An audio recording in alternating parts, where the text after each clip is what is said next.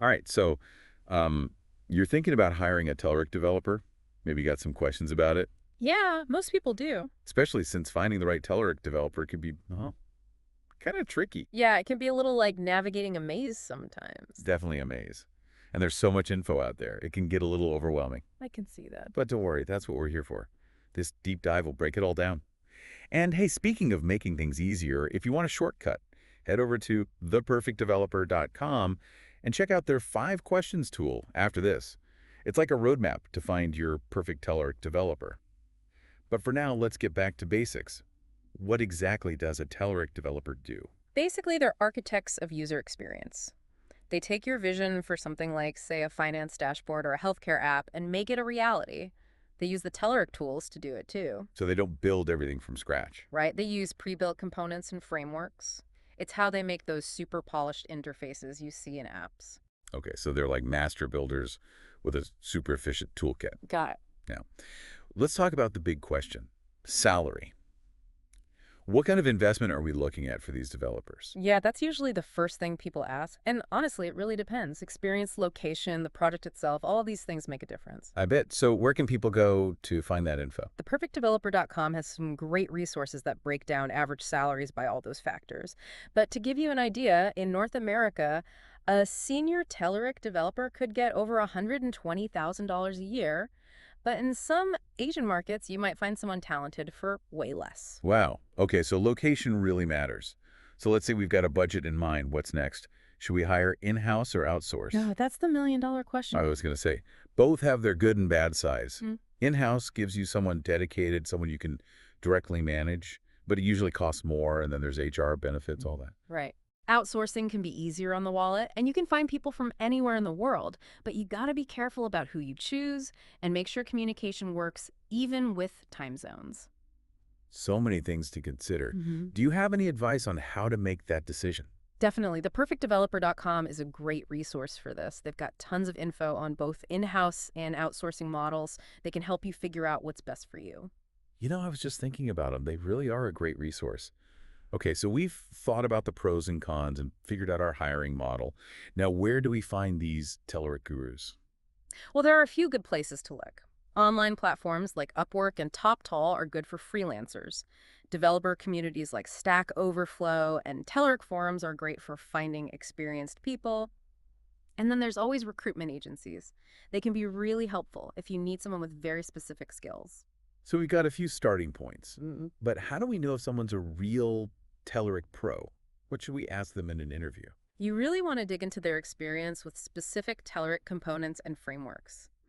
Ask about projects where they used these tools, what problems they faced, and how they solved them. You don't just want someone who knows the tools, you want someone who can think critically and use them in real-world situations. Right, so it's not enough to just know the theory they need to be able to put it into practice. What about things like communication and being able to adapt? How can we figure those things out in an interview? Those are super important, especially in tech. You got to use behavioral questions. Ask them about a time they had a crazy deadline or a tough client. How they answer will tell you a lot about how they communicate, solve problems, and handle pressure. So we're getting a sense of their experience, their skills, and how they deal with the unexpected. But before we finish up, what are some red flags? You know, things that should make us run the other way when hiring a Telerik developer. Watch out for vague answers or if they can't give you real examples. If they can't explain their experience with Telerik tools or how they handled problems in the past, that's not a good sign. Makes sense. We want proof, not just promises. What about their portfolio? What should we be looking for there? A good portfolio is key. Look for a variety of projects that show off their skills in different industries and types of applications.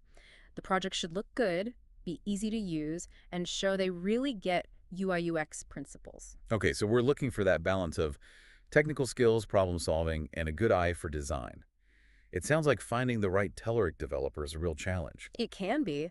That's why resources like theperfectdeveloper.com are so helpful. They have in-depth guides, salary data, and even personalized recommendations. It makes hiring Telerik developers a lot easier. I totally agree. They're a lifesaver if you're feeling lost.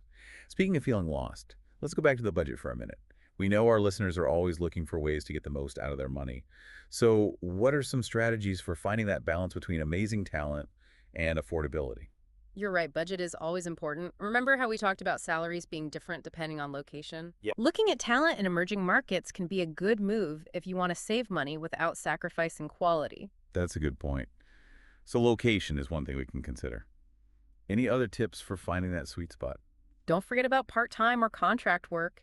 You might find great Telerik developers who are looking for side gigs or a few extra hours a week. It's a great way to get those special skills without spending a fortune. So we're thinking outside the box with our hiring model and exploring those less traditional options. Yeah. What about the future? .NET's always changing, and there are new technologies popping up like Blazor. How do we make sure we're hiring Telerik developers who are future-proof? People who can adapt and grow with the tech world.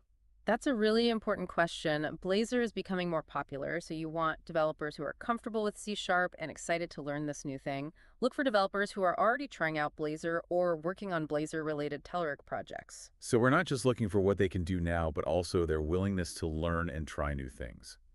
Any other advice on future-proofing our Telerik team? Definitely. Continuous learning is key. Encourage your developers to go to conferences, take online courses, and stay active in the Telerik community. Invest in their growth, and they'll be ready for anything. Wow, this has been a ton of information. We've talked about everything from what a Telerik developer does to salaries, locations, interview tips, and even what the future holds. But I have one last question for our listeners to think about. Okay, go for it. As front-end and back-end development become more and more blended, will the role of the Telerik developer become even more specialized, or will it become more of a hybrid full-stack role? It's something to consider as you build your Telerik dream team and plan your hiring strategy. That's a great question. It'll be interesting to see how things develop in the next few years. The software development world is always changing, and Telerik is no exception. And remember, if you're looking for expert help navigating all of this, theperfectdeveloper.com is an amazing resource. Their 5 questions tool can help you find the perfect hiring solution for your needs, and their team of experts is always there to answer questions and offer support. Don't forget to check out theperfectdeveloper.com's 5 questions tool to help you find the right developers. This has been a fantastic deep dive into hiring Telerik developers. We've covered a lot, but hopefully our listeners feel more confident and prepared to tackle this exciting and ever-changing world.